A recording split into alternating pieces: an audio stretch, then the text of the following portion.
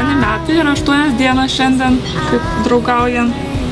Ir tuo toks vyras ir žmona, ne? Tavo teisybė.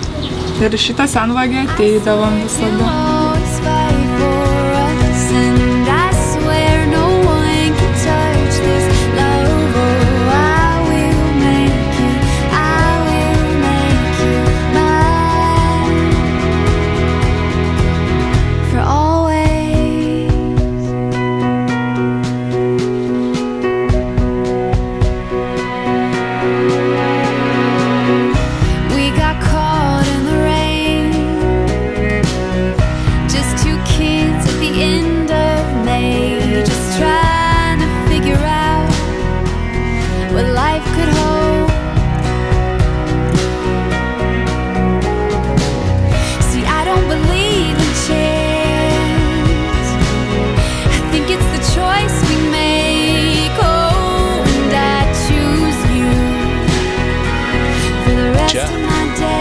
Evaldas ir Ineta pradės savo kaip katalikų šeimos gyvenimą.